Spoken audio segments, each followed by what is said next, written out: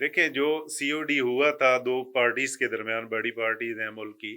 تو اس میں کئی چیزیں انہوں نے ایسی کر دی تھی، جس طرح آپ کی 18ویں ترمیم ہے کہ اس میں جو پاور شیئرنگ ہے اس کو ایگزیکٹو کے درمیان اس کو ٹوٹل تہس نہس کر دیا، بینیفٹ صوبوں کو چلا گیا اور جتنی لان تان ہے وہ وفاق آپ کے ذمہ چلی لیے گئی۔ چلے گئے۔ آپ کا جو گورنر ہے اس کا رول صرف سٹیمپ پیپر کا رہ گیا کہ وہ ایک سٹیمپ ہے کسی بھی کاغذ پہ لگا لیں، تو اس طرح نہیں ہونا چاہیے، پاور شیئرنگ ہونی چاہیے اور سی ایم کے پاس بھی اختیارات ہوں، لیکن اس کے اوپر کراس چیک کون ہوگا؟ گورنر ہوگا۔ جب گورنر کی کسی وہی نہیں ہے، ماسوائے فوٹو سیشن کے گورنر کے پاس کسی قسم کا کوئی اختیار نہیں ہے، تو جو بھی یعنی اس قسم کی چیزیں کرنی ہے قانونی طور پہ قانون وہ بنائیں جس سے فیئر اور ٹرانسپیرنٹ جو ہے نا پاور شیئرنگ ہو اور جس کا لوگوں کو ماسس کو بینیفٹ ہو، نہ کہ چند لوگوں کے بینیفٹ ہو۔ اس وقت تو ہمارے ملک میں جو کچھ ہو رہا ہے، جو 2% ایلیٹ کلاس ہے ان کے لیے سارے قوانین ہیں، ان کے بینیفٹ کے لیے سب کچھ ہو رہا ہے۔ خان صاحب 2018 کی اگر بات کریں تو دوسری جانب سے یہی کلیم تھا جو اب خان صاحب کا ہے، پھر تو اب اس کا آپ فیئر جو ہے نا اس کے سارے الیکشن ریزلٹس نکالیں، اس میں بھی 20 سے 22 سیٹیں جو خان جیتا ہوا تھا اس کو ڈپرائیو کیا تاکہ وہ بالکل ڈیپینڈنٹ ہو ایم کیو ایم کے اوپر بھی، کاف لیگ کے اوپر بھی، اور جو بھی اسٹیبلشمنٹ کی پارٹیز ہیں با پارٹی، ان کے اوپر ہم اس کی حکومت بنائیں، اور جب ہم چاہیں گے جس وقت ان کو پہلے پتا تھا کہ خان کس طرح کا بندہ ہے، تو وہ یہ کسی بھی وقت آنکھیں دکھائے گا، جب یہ آنکھیں دکھائے گا تو ہم اسی دن کھینچ دیں گے۔ تو وہی کچھ ہوا، جیسے ہی یہ یعنی پاور میں یعنی جو ٹرو پاور ہونی بھی وزیر اعظم ہے نا، دیکھیں اب اگر چیف آف آرمی اسٹاف ہے تو اس سے اوپر سیکرٹری ڈیفenس ہے، اس کے اوپر منسٹر ڈیفenس ہے، پھر پرائم منسٹر آتا ہے۔ تو جب یہ چیزوں کو آپ غلط استعمال کریں گے تو پھر یہی کچھ ہوگا، جس طرح رجیم چینج ہوا، آج تک ہم 6.5% کی جی ڈی پی سے 2% پہ آ گئے ہوئے ہیں، اور آج ہم یہ کہہ رہے ہیں کہ جی اس وقت ملک ڈیفالٹ میں چلا گیا تھا، ہم نے ڈیفالٹ سے بچا لیا۔ جب آپ قرضے کے علاوہ ایک دن نہیں چل سکتے، آپ کا ٹیکس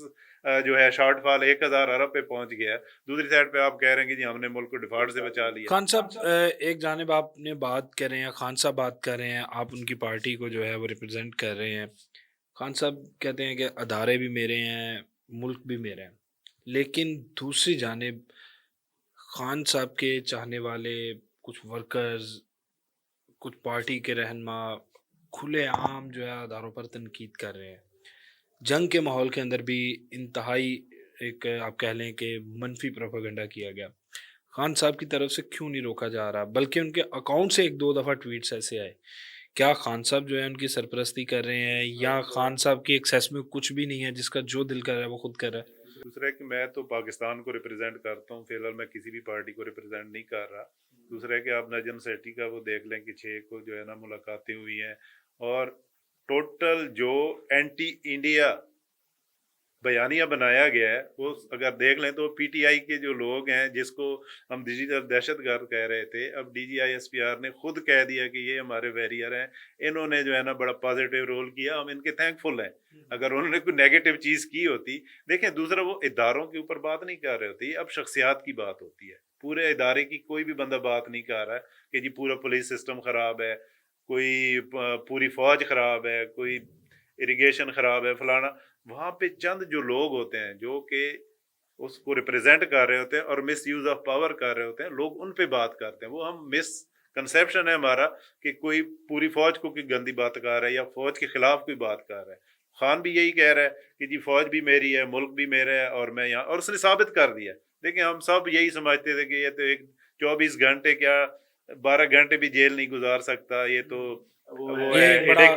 ایڈکٹیڈ ہے، فلانا ہے، ڈمانا ہے، وہ ساری چیزیں کہاں گئیں؟ یہ بڑا اب کہا دیکھیں، کہتا تھا خان کے بارے میں اب کہ وہ دیکھیں نا کہ وہ جتنے بھی جھوٹ اس کے اوپر ہوئے، اس سے زیادہ وہ جن لوگوں نے کہا تھا ان کے اوپر پروف ہو گئے ہوئے ہیں کہ وہ ایڈکٹیڈ بھی ہیں، کس قسم کے ہیں۔ وہ تو وہاں پہ ابھی بھی 2 سال سے زیادہ ہو گئے ہیں جس سیل میں رکھا ہوا ہے۔ ایک پرائم منسٹر کا اس کا ایز اے پرائم منسٹر اس کے پاس استحقاق ہے۔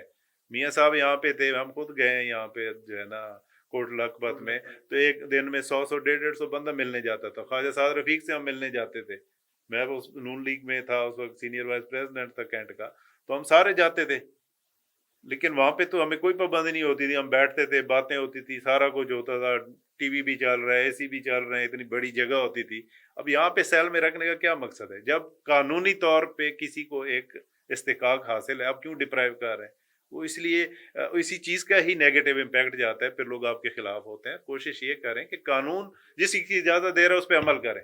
ٹھیک ہے؟ اگر اس نے کچھ کیا ہوا ہے آپ سزائیں دیں، لیکن وہاں پہ جو آپ نے اے یا بی سی کیٹیگریز کی ہوئی ہیں اس کو اس حساب سے ٹریٹ کریں۔ کیوں یعنی بلا وجہ کسی ایک بندے کے ساتھ آپ تفریق پیدا کر رہے ہیں اور نفرتیں بڑھا رہے ہیں؟ بہت شکریہ خان صاحب، آپ نے ٹائم دیا۔ امید کرتے ہیں ناظرین آپ کو پروگرام پسند آیا ہوگا۔ اسی کے ساتھ ہمیں دیجیے اجازت، اللہ نگہبان۔